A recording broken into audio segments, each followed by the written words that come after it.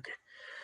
Om Ajnanatimirandhasya Jnananjana Shalakaya Chakshurmilitam Jena Tasmai Shri Guruve Namaha. Shri Chaitanya Manobhishtam Stapitam Jena Bhutale Swayam Rupa Kadamayam Dadati Swapadantikam. He Krishna Karuna Sindhu Dinabandhu Jagatpate Gopesha Gopika Kanto Radha Kanta Namastute Tapta Kanchana Gaurangi Radhe Vrindavaneshwari Vrishabhanu Devi Pranamami Hari Priye Vanchkalpatarubhyasya Vipasindhuvyaevasya Patitanam Pavanebhyo Vaisnavebhyo Namo Namaha Namo Vishnu Padaya Krishna Prasthaya Bhutale Srimate Bhakti Vedanto Swami Namine Namaste Saraswati Deve Gauravani Pracharine Nirvishesha Shunyavadi Pashat Deshatarine Jai Sri Krishna Chaitanya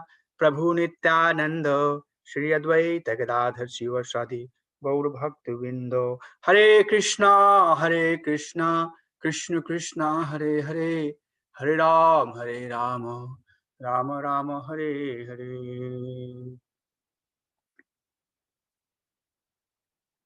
Hare Krishna. So we'll continue the remaining part from chapter 7, and if we get time we can also start chapter 8 today. So we have gone through verse number 19, and then today we have two sections, 20 to 25, that is about demigod worship and impersonalism, and then 26 to 30 from delusion by Maya to devotion to Krishna. So I'm just going to quickly run through the slides so that you can refresh your memory, and then after 19 I can start talking.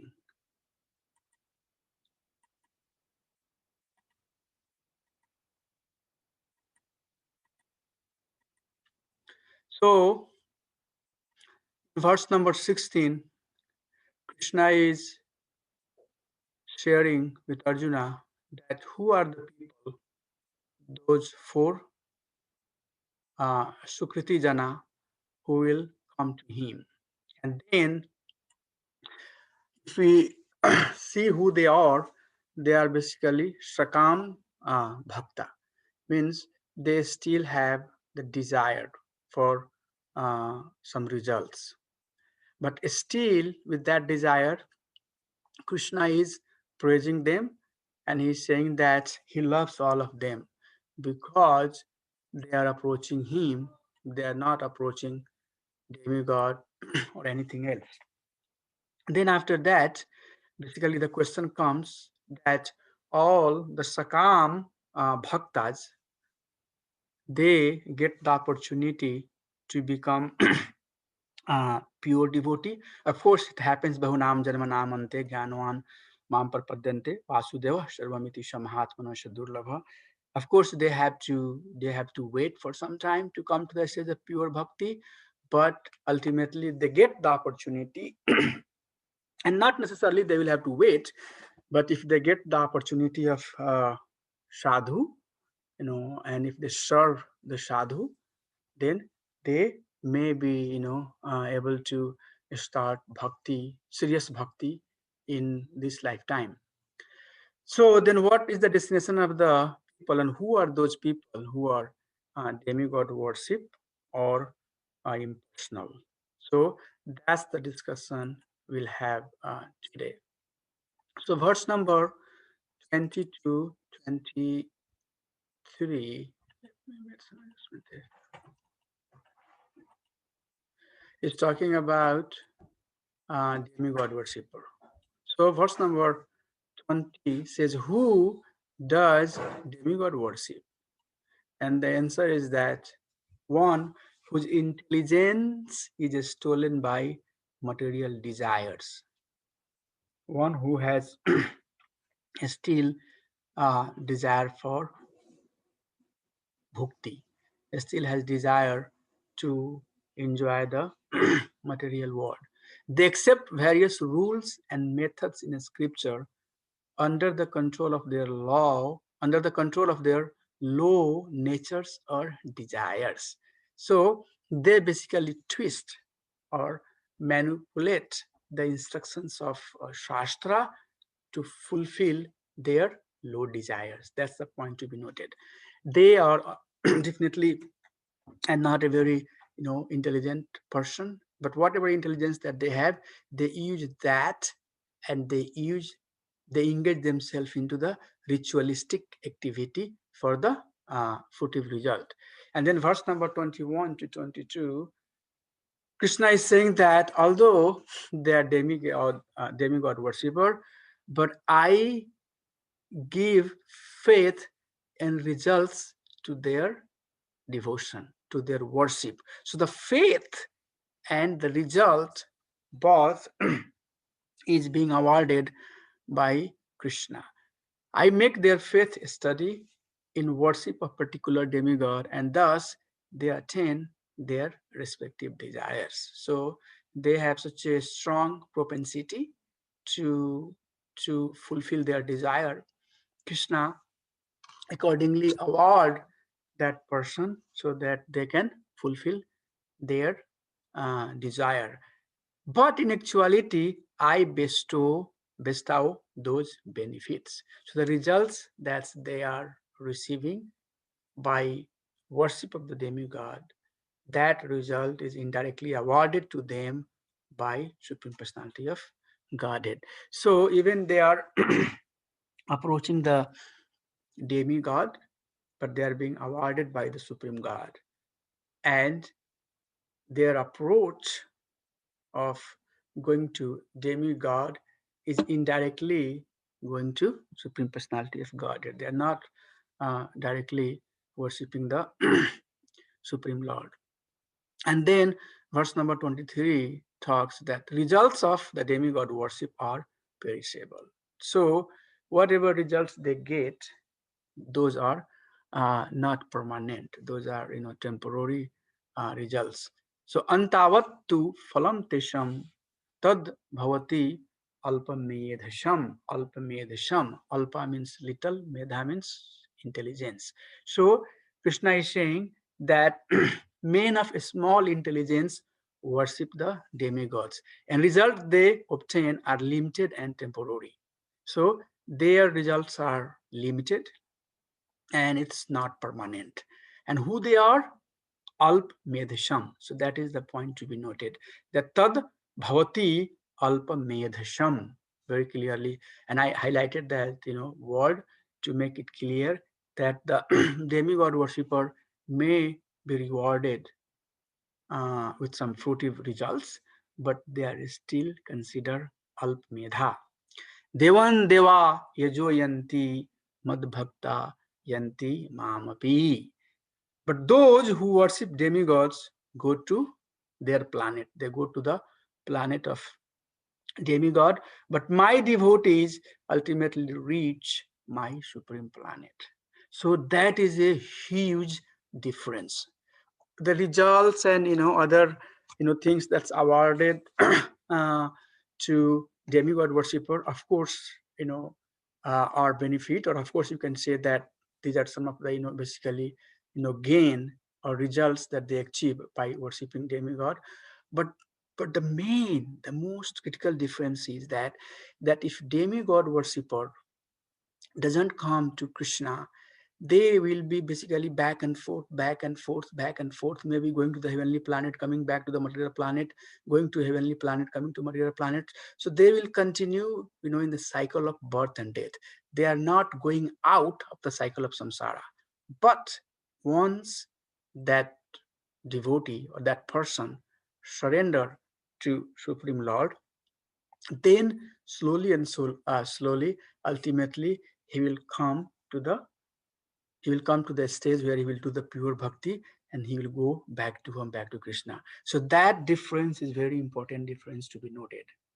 That a demigod worshipper might feel, very happy and very opulent and very, marvelous, glorious life, but still the path that he is on that path will never lead him to back to home, back to Krishna.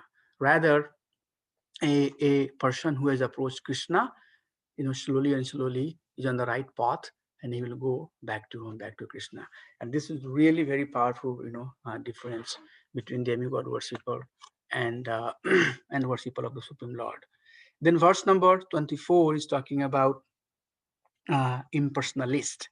And avyaktam vyaktam apnanam mayante mam abudhaya param bhavam ajananto mam avyam anuttamam. So Krishna is here using the word abudhaya, abudhaya. Foolish thing that I was impersonal before and now I have assumed personality. So I'm assuming that most of you know who are impersonal. Impersonal are the people who think that God has no form. And if you really try to understand, impersonal is a kind of broader term. Under impersonal, there are basically two things or two type of personality who comes. One is basically Mayavadi, and one is Brahmanwadi. Okay, so Mayavadi are the people who think that Lord has no form. There is no Lord, or a Lord has basically, that I was talking about that yesterday also, that Supreme Lord has disintegrated, and he has manifested himself in plants and rivers and mountains and trees and sun and moon and sky and all these 28 elements and ahankara, gross and subtle elements. So all of the creation that we are seeing around, in fact, the Supreme Lord has disintegrated himself and he no longer exists. And all of these things are nothing but basically, at the end, illusory. That is the core Mayavadic philosophy. But there is another school of thought that is called Brahmanwadi. Okay, and Brahmanwadi basically thinks that Lord has no form. The ultimate reality is a light, the light that coming out of the Supreme Personality of Godhead.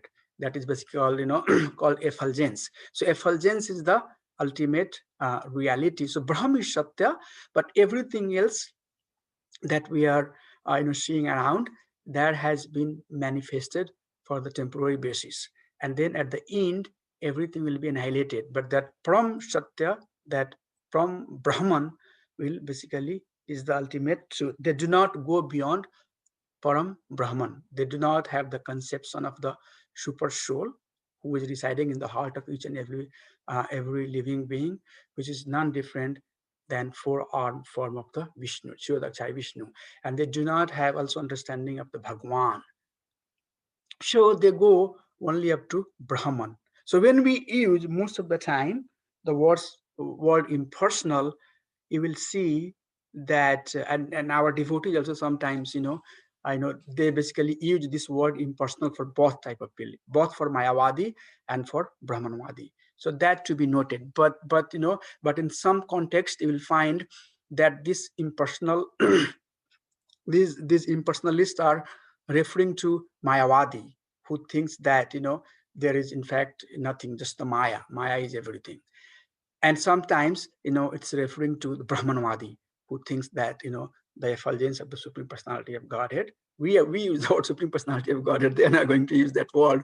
So effulgence of Brahman is the highest most reality. So sometimes being in Krishna consciousness, we have a habit to use Brahman, Supreme Personality of Godhead, Paramatma, Supreme Personality of Godhead, and Bhagwan, Supreme Personality of Godhead. So these are basically the word thing, but conceptually it should be very clear that Brahman is effulgence of the light, and Mayavadi is basically thinking that there is no form of the Lord. So Shankaracharya's school of thought was Brahmanwadi, not Mayavadi, although we call them Mayavadi also, but Buddha are real Mayavadi. Okay, so if you really try to see the difference, who are Mayavadi, who are Brahmanwadi, you can see that way also. Shankaracharya follower, they still believe, Bhaj Govindam, Bhaj Govindam, Bhaj Govindam, Mudmate. They are still worshipping Govinda. I don't know what is the conception of Govinda, maybe as a Brahman, but they still, worship the Supreme Lord in the Brahman realization. But Mayavadi, no, Mayavadi has nothing to do. They think that, that Supreme Lord has completely disintegrated himself. So whenever we use the word impersonal at here, at this context, it's basically referring to both Mayavadi and Brahmanwadi. So please be aware with that. So foolish thinks that I was impersonal before and now I have assumed the personality. So impersonalists, they think that that Brahman, that the supermost light, is basically taking a form. So when Krishna comes and when he does his pastime, when Lord Ramchandra comes and does his pastime, when various incarnations of Lord comes and does his pastime, Mayavadi thinks that that impersonal, that Brahman has taken the form and he has manifested and he's doing the pastime. But they do not know my true nature. My and nature means form, quality, and activities, which which is imperishable and the finest. So Krishna's form, quality, and pastime, all of them are beyond, guna. We talked about that. It's nirguna. It has nothing to do, with the mode of the, nature. So he's beyond that, and his form is eternal. So the impersonal school of thought, they do not have this understanding. Okay, and the word that is being used here is abudhaya. So if you see the difference between demigod worship and impersonalist, demigod worshippers are still being called alp medha. So they are intelligent, but their intelligence is little. But here, what you were saying for the impersonalist, they are abudhaya. So in our Gauriya Vaishnava, line of succession, we really and very heavily criticize that. Brahman philosophy. In fact, our our acharyas, Madhavacharya, his commentary, he commented everything against Shankaracharya, commentary, which is Sarir Ka Bhashya.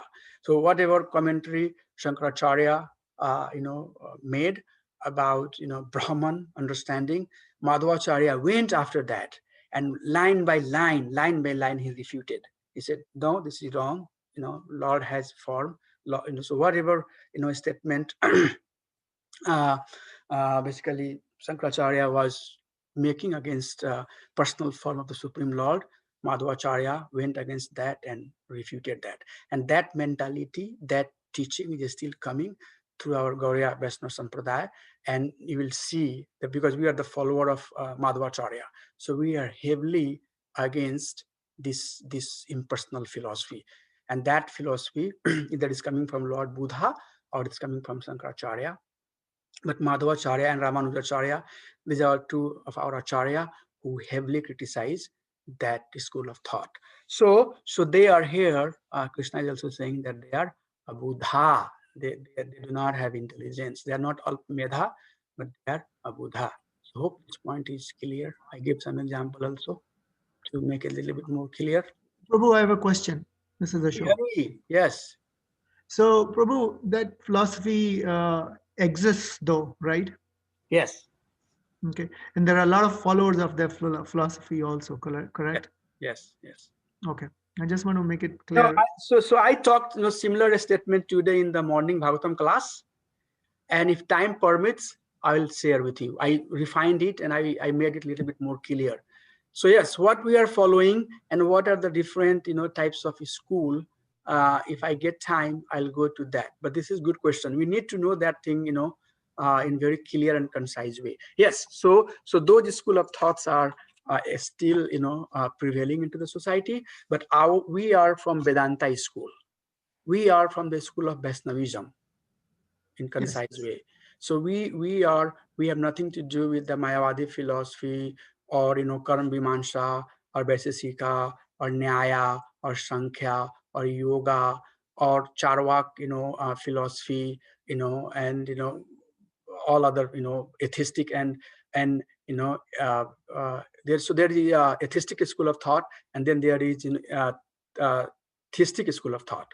So we are, even in theistic school of thought, there are some schools that we don't buy in. So if I get time, I'll get into that, to explain what I'm trying to say. But you are right; those schools of thoughts are still persisting into the society, and still there are people who are basically their follower. And simple example is that in India, in fact, Shankaracharya preaching is heavily dominant. Mahaprabhu had also several times come across some of his strong disciples from that lineage, and he had basically refuted their teaching. Sarabham Bhattacharya was the one. So yes, so that school of thought is still prominent. The Mayavadi school of thought coming from Lord Buddha, the Buddhists still they are very prominent religion. So we are, they are still persisting into the market, into the society, but our school of thought is really separate and has nothing to do with those people. So, verse number 25, Krishna is saying that he reserves the right of revealing and not revealing himself to all. That's Bhakti Mama Vijanati. Bhagavad Gita, Krishna is saying that my devotee will know me in truth. So Krishna has that right, he reserves that right to expose himself or not to expose himself. Naham prakasha sarvasya yoga maya samavritah mudho ayam navijanati loko mamajam avyayam. Mudho ayam avijanati. I'm not manifested to everyone. I am covered by my internal potency. Therefore, the foolish people do not know me. I am unborn and infallible. So, right after that statement, that Mayavadi think, that Krishna is Maya, and that Maya, that the impersonal takes the form. Krishna is right now, right here, saying that nope, I'm not like that.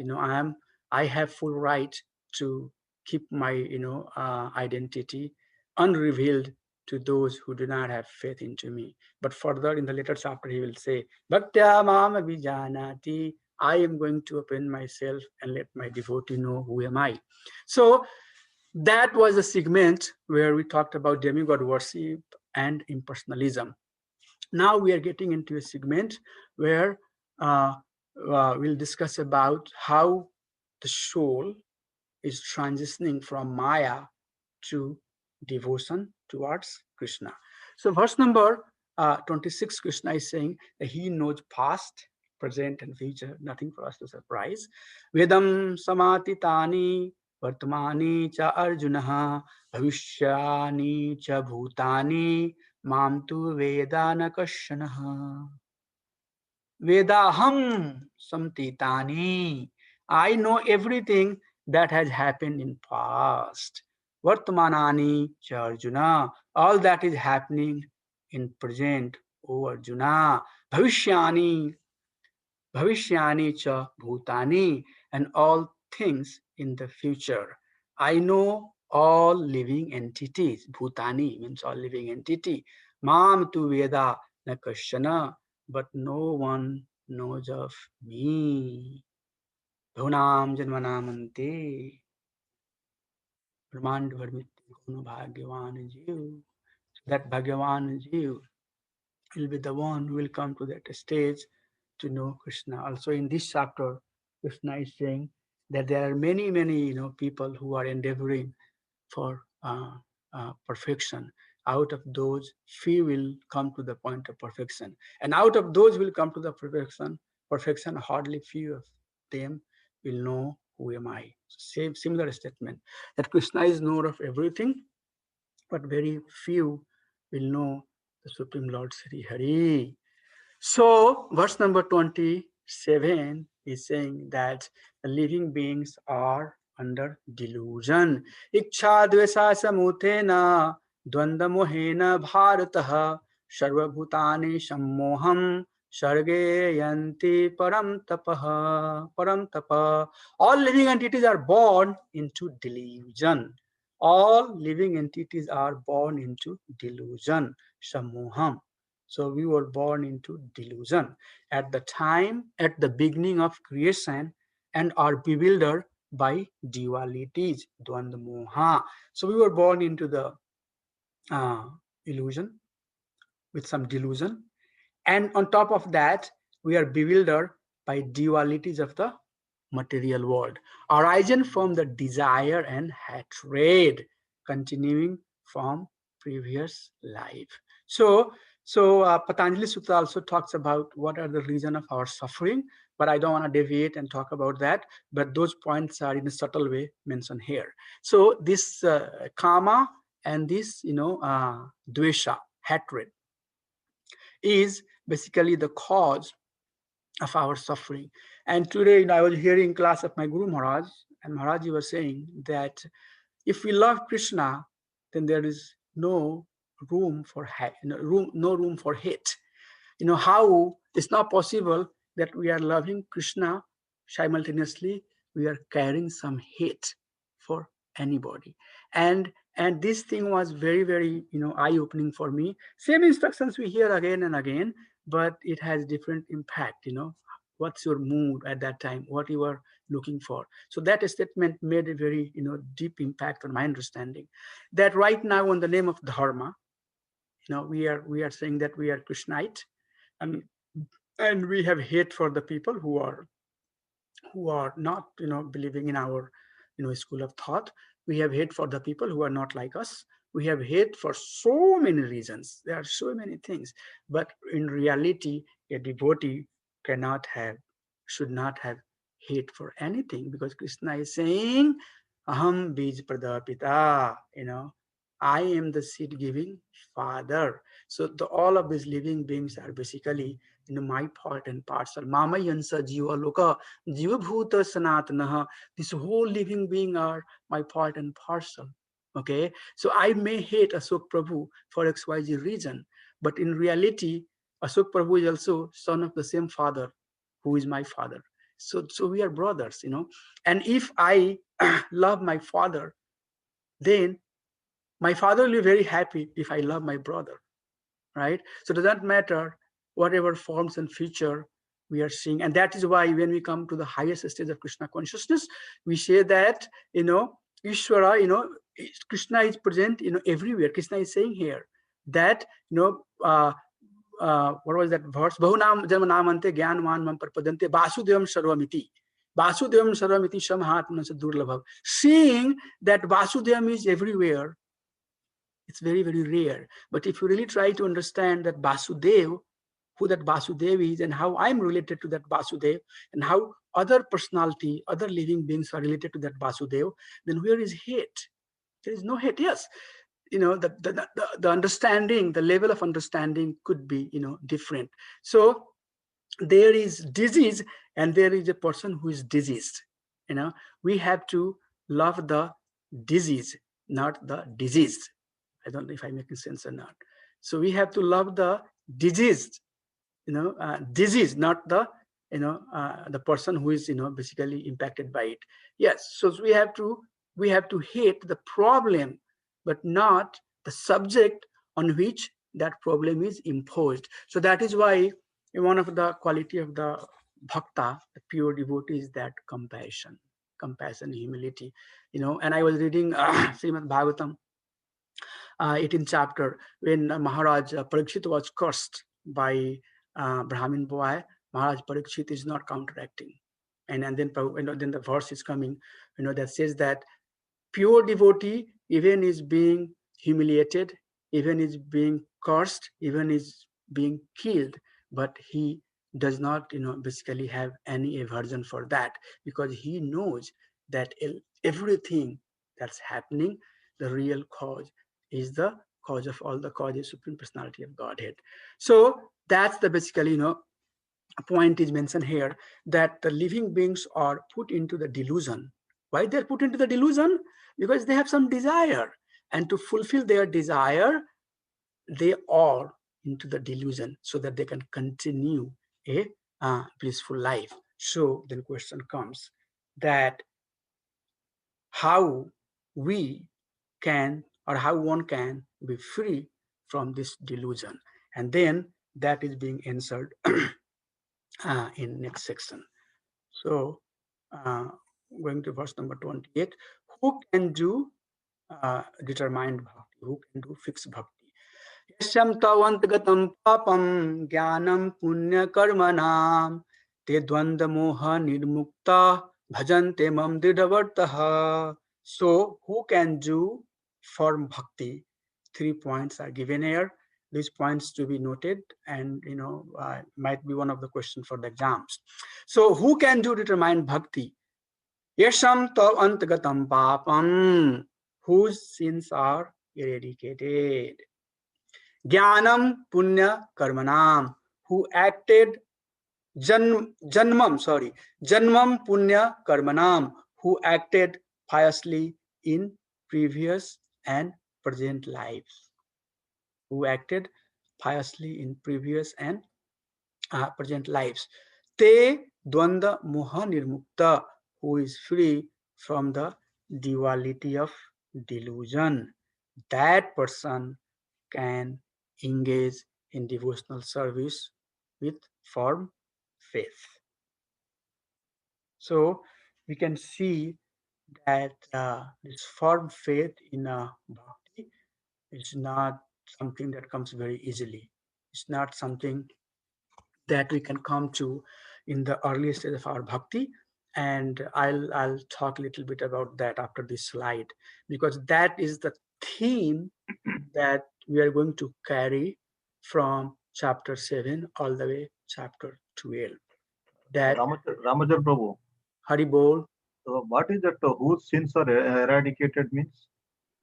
means who is sinless has no sin. Like, when we are doing the karma, so every action has opposite and equal reaction. This is the law of physics. So likewise, in our material world, when we are doing any karma, Prabhu, the bad karma comes with bad result, good karma comes with good result. But bhakti, where we are engaged into the pure devotional service, we are not basically, getting any karma. Okay, so by engaging into the pure devotional service, there is no karma. Chanti sarva karmani, whatever karma we have basically accumulated slowly and slowly, bhakti is going to basically burn it. Bhakti devotional service is going to vanquish it.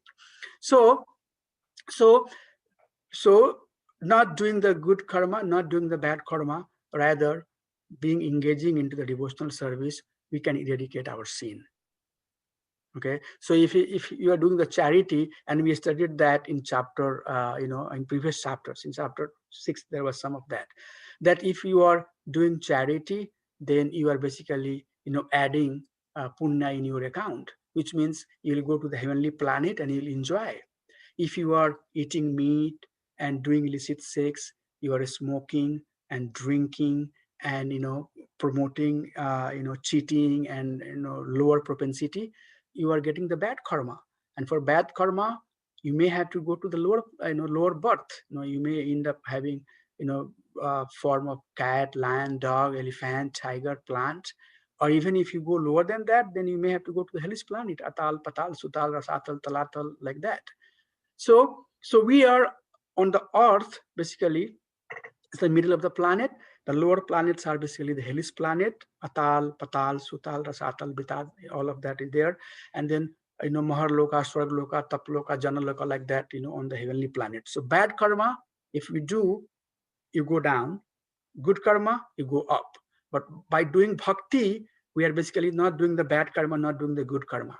Rather, the karma that we have incurred over the birth and birth, we are also burning them. We are basically vanquishing that. So in one sense, it's being said that whose sins are eradicated means one who has engaged themselves on the devotional path slowly and slowly. And in fact, engage in my service with determination. That is basically the nishtha stage of the bhakti. So atho sadhu sangha, atho shraddha, tatho sadhu sangha, tatho bhajan kriya, anarth nivriti. then slowly and slowly we come to the stage of nistha. So basically in this verse, if you talk in that stage of bhakti, we are talking about the higher stage, nistha. So to come to the stage of nistha, we have to have, these qualities manifested in our personality. Okay, Did it Prabhu. help, Prabhu, or confused? It's okay, Prabhu. There Did is that no. help? Yeah, yes, Prabhu. Okay. So sins has to be eradicated. And that is why, I mean, by engaging into the bhakti for such a long time, we have, of course, eradicated a lot of our sins. We are now not eating meat, not, taking shelter of, you know, anything that's against the dharma, tapa, satyam, daya, socham. We are not basically taking shelter of anything which is against of these four foundations of the dharma.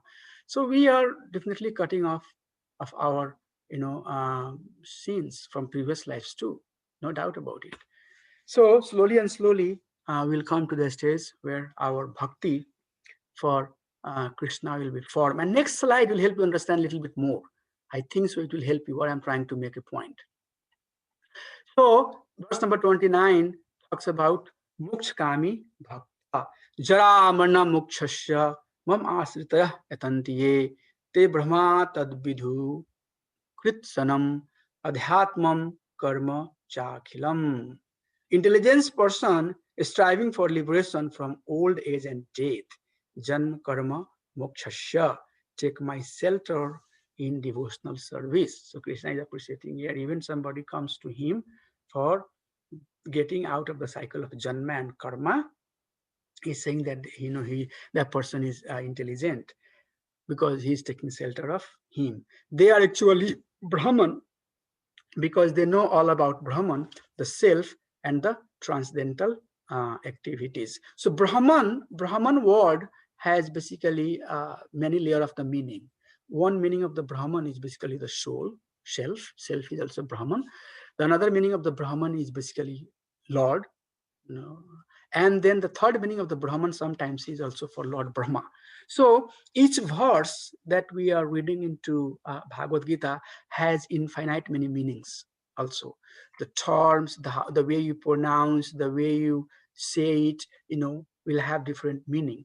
But the meaning that we take is basically uh, uh, the meaning that is associated to devotional service. The same verse, Brahmanwadi or Mayavadi will read, and he will completely give the different meaning. That is why it's also always been spoken that study under the guidance of a bona fide spiritual master.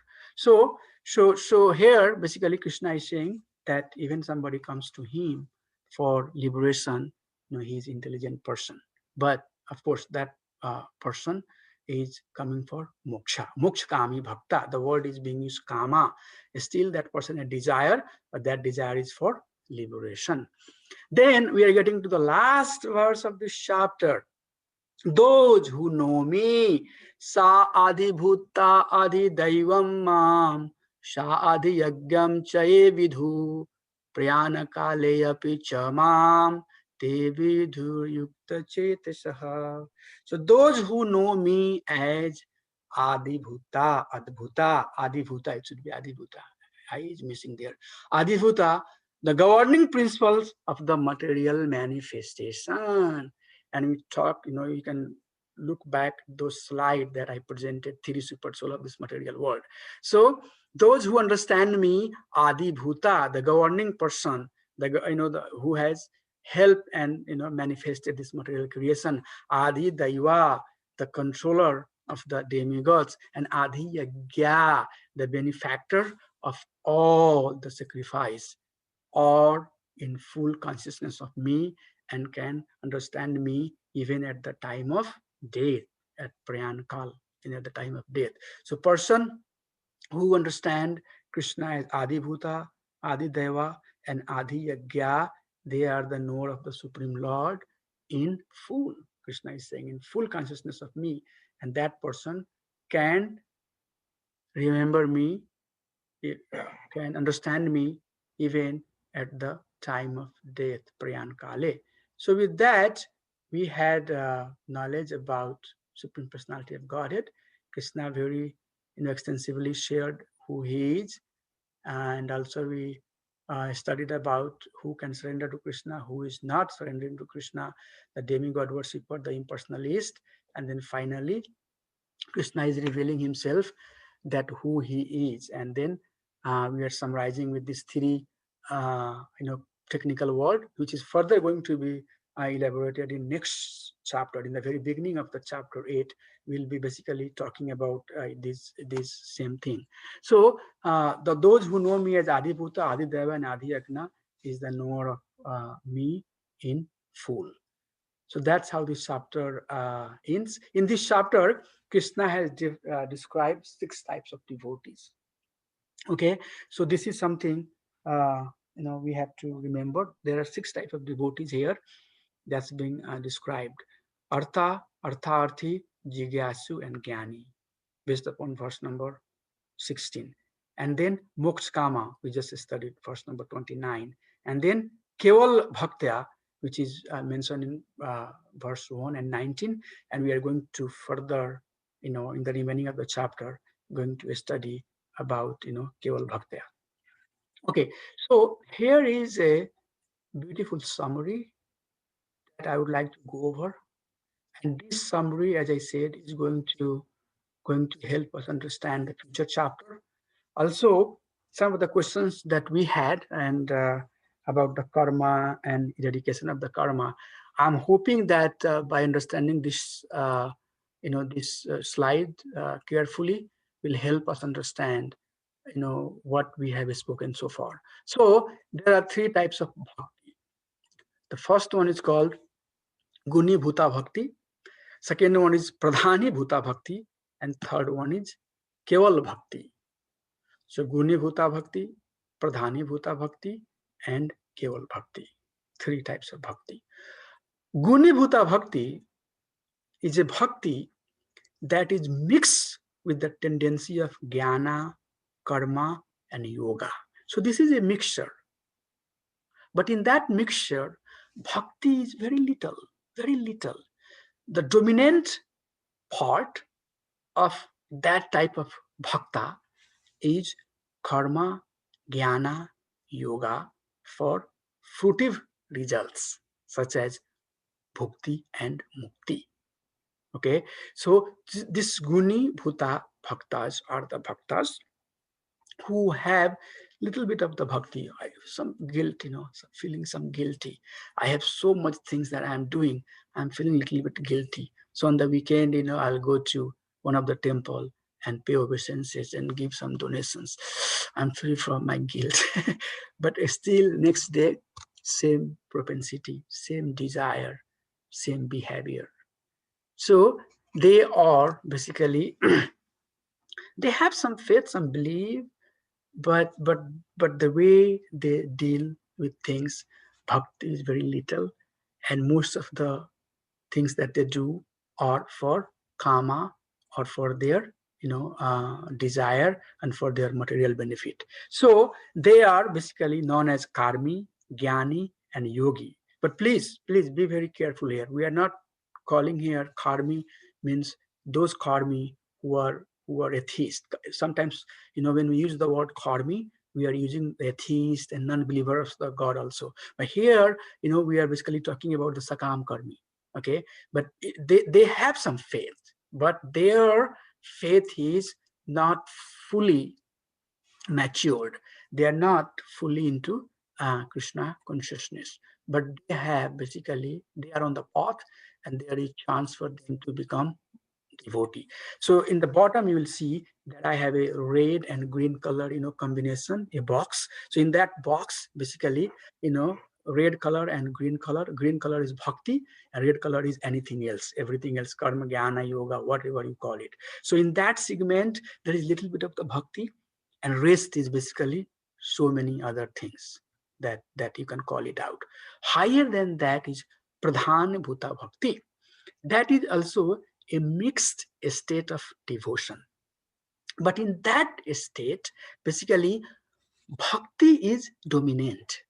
There is some karma, there is some jnana, there is some ulterior desire, but bhakti is dominant. Okay, so bhakti is dominant, but but there is some other things.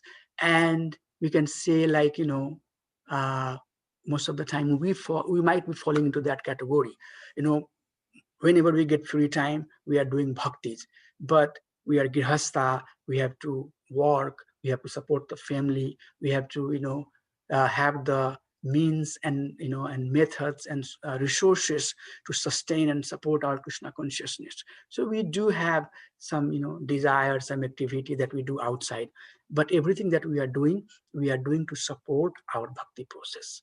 Okay, so that is pradhan bhuta bhakti. Pradhan Bhuta Bhakti, where Bhakti is dominant and there is little bit traces of karma, jnana, and yoga. So that can be also categorized in three segments. One segment is Karma Mishra Bhakti.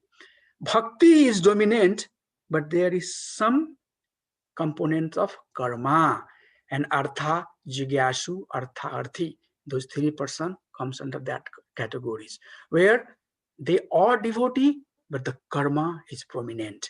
The second category is Gyan Mishra Bhakti. So bhakti is prominent, but there is some element of jnana, and that is basically the Jnani. Krishna is saying Jnani is the best because they are renounced, they always remember me, but they still have some tendency to lean towards jnana.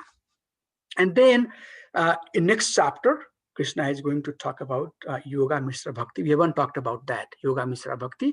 So Yoga Mishra Bhakti, there also Bhakti is dominant, but there is some trace of dhyana and posture of the body and other things. Okay, so Pradhan Bhuta Bhakti, if we try to see in that color format, Bhakti is dominant. Predominant part of that is bhakti, but there is a little bit trace of the karma, jnana, and yoga, and anything else, as it is, or so, or etc. You can say. And then the last one is Keval Bhakti. Keval Bhakti is unalloyed devotional service, which is also known as Ananya Bhakti, Akinchana Bhakti, or Uttama Bhakti. So this Keval Bhakti is the highest stage of the Bhakti, and in that Bhakti, one realizes the transcendental form of the Lord and becomes an associate of Supreme Lord in Dashya, Shakhya, Vatsalya, and Madhurya Bhav. So there are rasas in bhakti. So in pure bhakti, if you see on the color form, there is only bhakti. There is no trace of jnana. There is no trace of karma. There is no trace of yoga. All is being done in the pleasing service of Supreme Personality of Godhead, Lord Sri Hari. So this slide should help you understand. We talked about Artharthi, Jigyasu, Kyani, Dhyan Yogi, all of that we have been talking. This slide should very clearly give us the clear distinction and also help us understand by looking at it where we stand. So chapter 7 to 12, that we have just started chapter 7 and we have just finished chapter 7. We are getting into chapter 8. That chapter is basically dealing with, the chapters are dealing with Pradhana Bhuta Bhakti and Keval Bhakti. We are not talking about, Guna Bhuta Bhakti. We are not talking about, when we say that the first 6 chapter is talking about karma, the last 6 chapter is talking about jnana, the middle 6 chapter from 7 to 12, we are talking about Bhakti Yoga. We are basically talking about Pradhan Bhuta Bhakti and Kevala Bhakti. Okay, so hope this helped you understand. This slide is very powerful, very important. Please look at it, try to understand it. If you are not, fully, kind of clear with the information that I am sharing, and if needed, we can talk later. So we have 2 options now here. One option is that we can get into chapter 8. Second option is that I can go back and show a slide and try to answer the question that Ashok Prabhu asked. So which one should I do? Let's go back.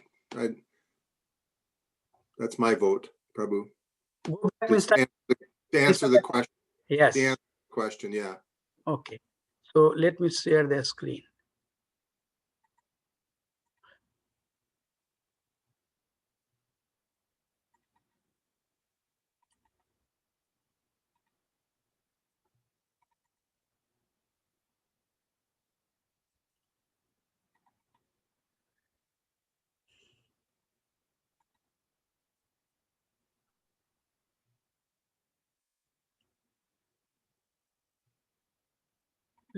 I'm trying to pull out the presentation that I want to share on the screen. So in 1 minute, it should be coming up. I have the presentation open here right now. So I'm kind of, when I'm sharing, I'm getting a little bit confused which one I have to share. So now I think I took one out.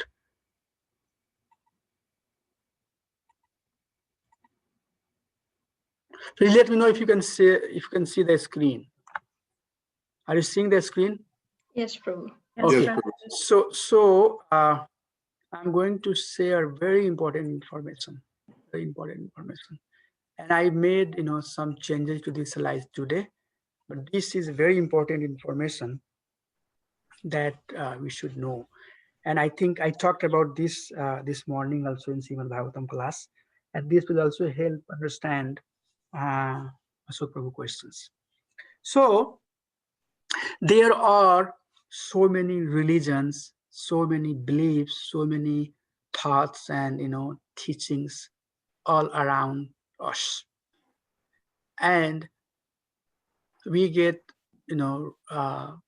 occasionally, or I would say that mostly, confused that what are these things, what's happening around us, what is right, what is wrong, what to do, what not to do.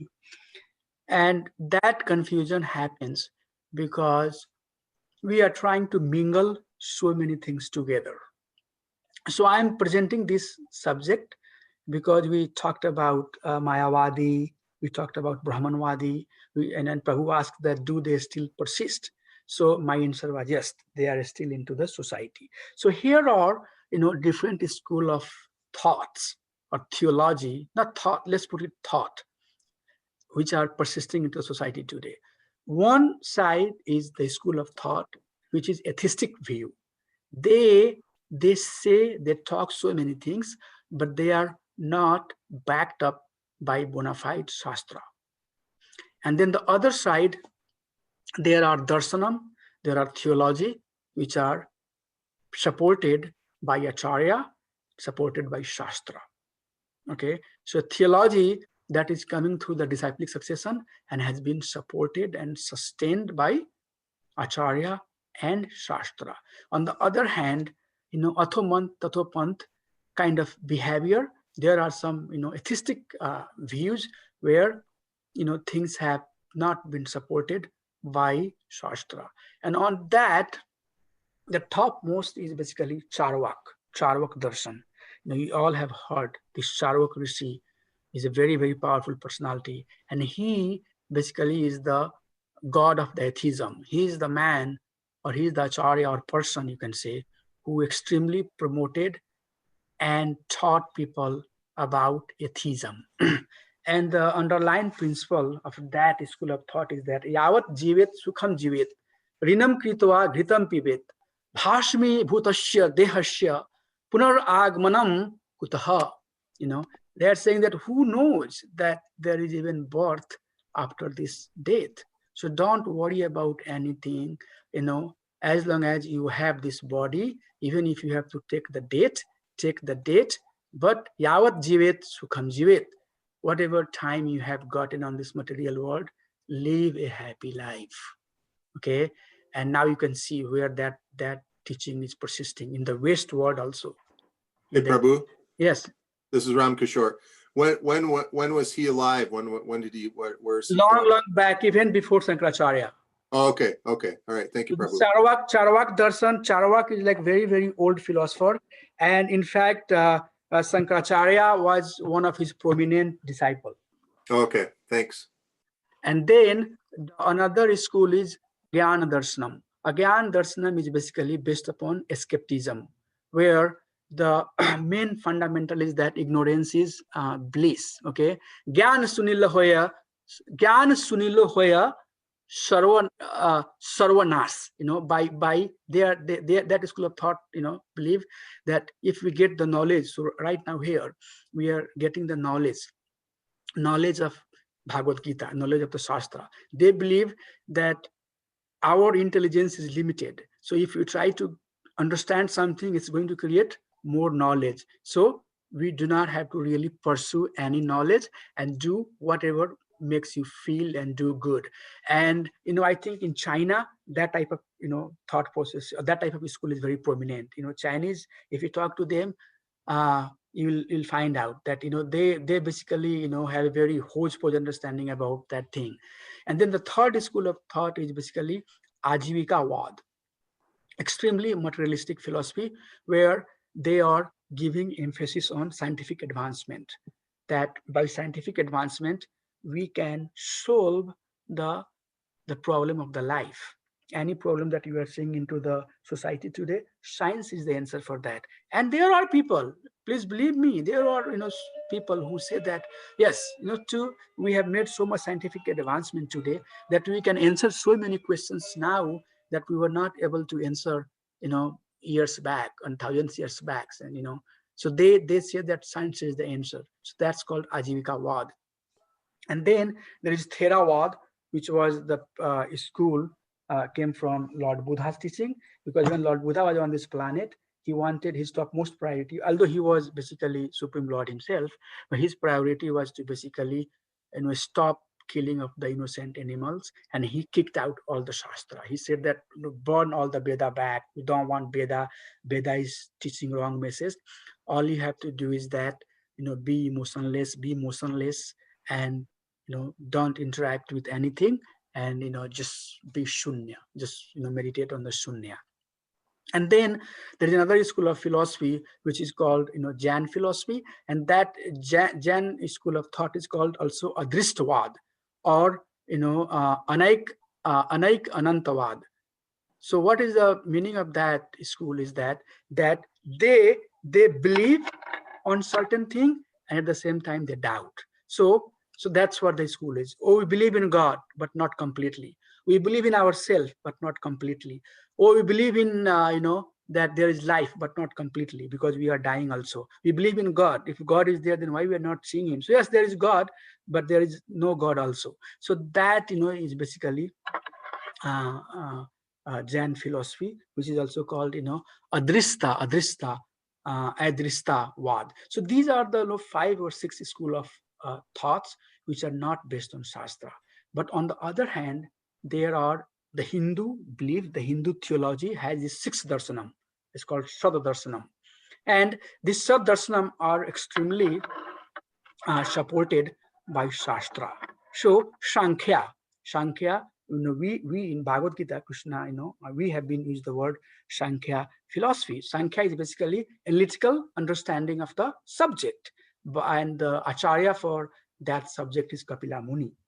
Kapila Muni is the Acharya, and the main understanding, the key understanding of that school of darshan is that by analytical study, slowly and slowly, we can come to the stage of finding the absolute truth. And then there is Nyaya Darshanam, and the Acharya for that darshan is Gautam Rishi, and that is based on logic. So logically, by accepting the one which is not logical, by accepting the one which is logical and rejecting the one which is not logical, we can come to the stage and we can find the who the supreme person is.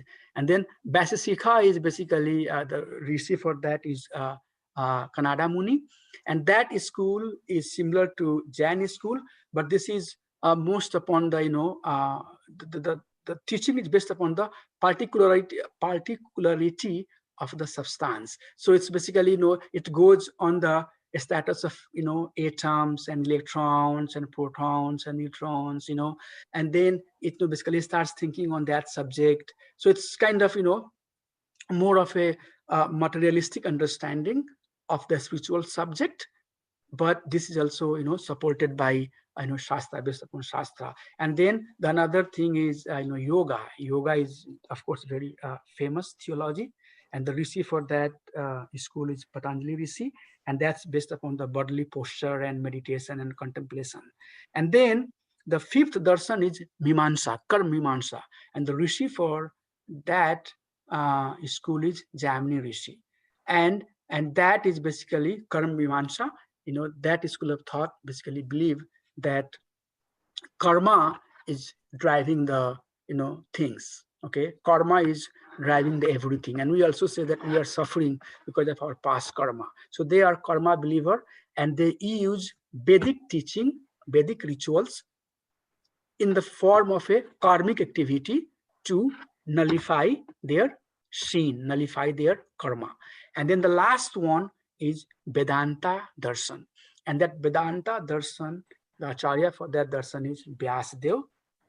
And that school is basically 4 Vaishnava schools. Okay, so in that school, we have the Acharya such as Madhvacharya, Nimbakacharya, Ramanujacharya, and Balvacharya.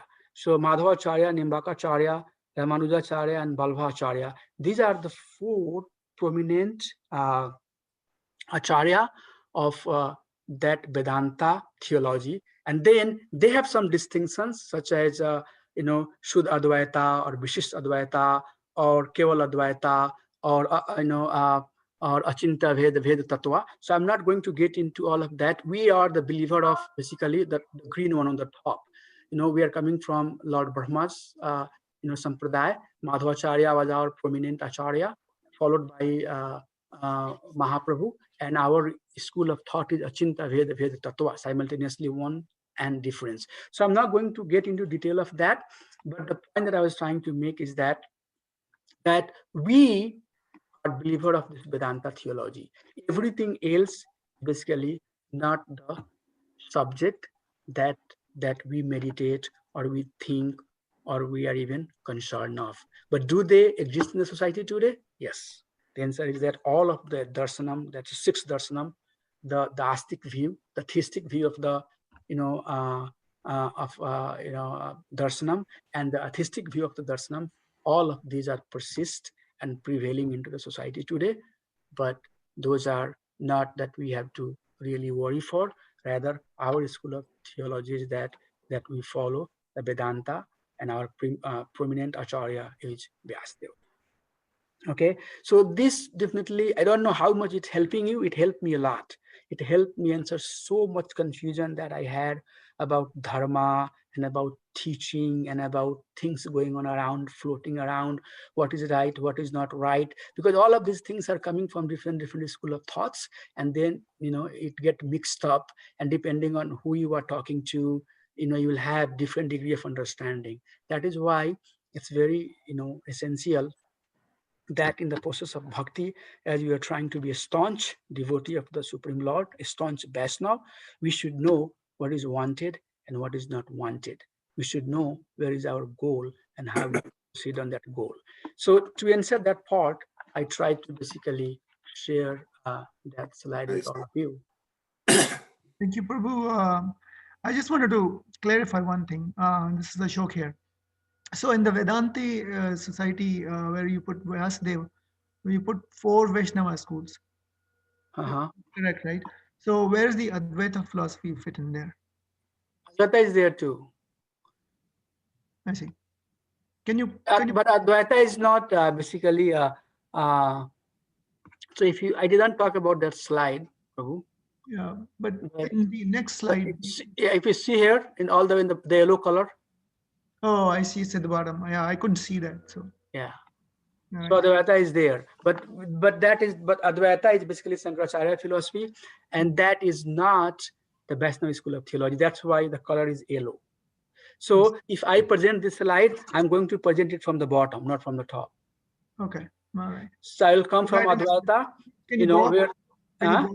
Can you go up? I cannot see the yellow slide for some reason. I mean the yellow color one. Not see it? Can you go up on the slide a little bit? I will Because have to basically go to the on. okay, Can you see? now I can see it. Yeah. That's fine. Okay. This bottom part, the Mayavadi school, Sankaracharya is the main acharya. That's Advaita philosophy, where everything is one. Okay. That's the that's the Brahmanwadi philosophy. Ultimately, everything has come from the Brahman, and it will go and merge into Brahman. And then from there, basically, the Rudra Sampradaya comes, and Vallabhacharya comes and he teaches that no, what you were talking about is all one. There is not everything one. There is purified. He's saying that there is Shuddha Advaita. So all of that we'll talk, and then Ramanujacharya says, he said no. There is not even Shuddha Advaita. There is nothing like Advaita. Forget about this Advaita. We cannot become close. We cannot become one with the Supreme Personality of Godhead. Then he gives the concept of Vishisht Advaita. Then Nimbarkacharya comes from the Kumar Sampradaya, and he says that there is oneness, at the same time there is some dualism. So soul and super soul, these are two different entity, but sometimes if soul wants to merge in Supreme Personality of Godhead, they can merge. But finally Madhvacharya says that, and he said, forget about all of this oneness thing. There is duality. Soul and super soul are two different entities, and they can never be compared. Then after that, Mahaprabhu came and he said, Achinta Veda Veda Tattva. Qualitatively, we are same, but quantitatively, we are not. Yeah. So these are, but all of these four schools, except that yellow color, all of these four schools basically believes in the supremacy of the Lord Vishnu. But the way they approach Lord Vishnu is a little bit different. The idea is different to go to that Supreme Lord. But Mayavadi school, they go only up to the Brahman understanding of the Supreme Lord, and they think that that's the ultimate reality. There is nothing beyond that, and that Brahman manifests and does things, and ultimately you, I, and everybody is part of that Brahman, and we are the Brahman. We are the Brahman. We are the same Brahman, but we are basically covered by Maya. That's what Advaita teaching is. Yeah, Prabhu, thank you so much. But the reason I'm stressing on this slide is that when we are in the interfaith meetings, Yes. we need to know about Mayavadi schools, Yes. because Sikhism is based on that. And No, also, it's good. Thanks for asking. No problem. yeah, and then also even Islam. Yes. If you read, I've read Quran also. Yeah. So that's also based on like no form Sastri. of God. So there are a lot of believers on that philosophy. So we need to make sure that we understand and we know that. Yeah. Yeah. Totally agree. Thank you. Totally agree. And it's nice that you were asking. I mean, Advaita school is very prominent. Yeah. All this Ramakrishna mission folks, what they say that we are the Brahman, that same Brahman, but we are covered by the Maya. So once by Gyan, if we can take this Maya out, we'll revive back and we'll become that Brahman. So that's the teaching they have. And they talk the same Bhagavad Gita, they will talk same other scripture, but the meaning that they will give, they will always give that this I that Krishna is talking about is about the Brahman, which is you and I. But right now our Brahmans are covered by Maya. So we have to take this Maya out by reading Shastra, and once that Maya is gone, then you become Vishnu, I become Vishnu, and then we are Vishnu. But we do not believe that our this Vaishnava school of thought, none of these four bona fide school believe in that philosophy. All of them say no, we are not one. We are now, yes, there is some distinction, there is some way to approach that Vishnu, but they never accept that we are one with that Supreme Lord. Okay, thank you so much. These are all useful discussions. It's not out of context, it's all useful context. And we need to, that's why we are doing Bhakti Sastri, because I want to also kind of broaden your understanding and horizon on some of these topics. So hope it's helping you all. And Yes. today I would like to conclude here, and then we Hey, can Prabhu. Hari. Yes, Prabhuji. Yeah, this is Ram Kishore. So can you do your Srimad Bhagavatam class that you do? Is that every Saturday morning or? Yeah, Saturday morning, right. Oh, could you send that invite to me? Because I would love to attend. Yes. So we had basically, so the way it started, Prabhu, I was basically the regular speaker in that class, and I was basically giving class on each and every verse. Okay. And then we had guest speaker giving the Sunday lecture.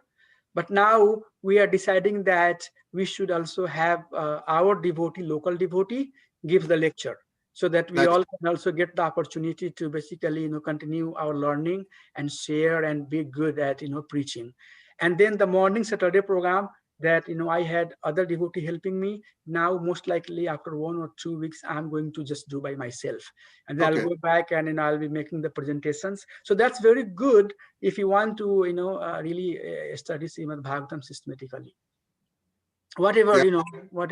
I know, Very well. I'm trying to share that. So thank Oh, you. okay. I thought it was just like a class versus is it the systematic study of Srimad Bhagavatam you're doing already? Yeah, we started from chapter 1 verse number 1. Oh, okay. I will wait. That was just like a And week. then I'm going one by one. Okay. And then later this year, maybe I'll start the Bhakti Vaibhava course. I'm still working on it. Oh, okay. So maybe you are talking about the Bhakti Vaibhava course. No, I was talking about just your class versus the Bhakti class. I think you can join, Prabhu. It will help. Okay, that'd be great. That'd be great. Thank you. I'm gonna first finish Bhakti Shastra before I do. Yes. It will come. Everything will come. We have to keep doing. Things will come. Very well. No problem.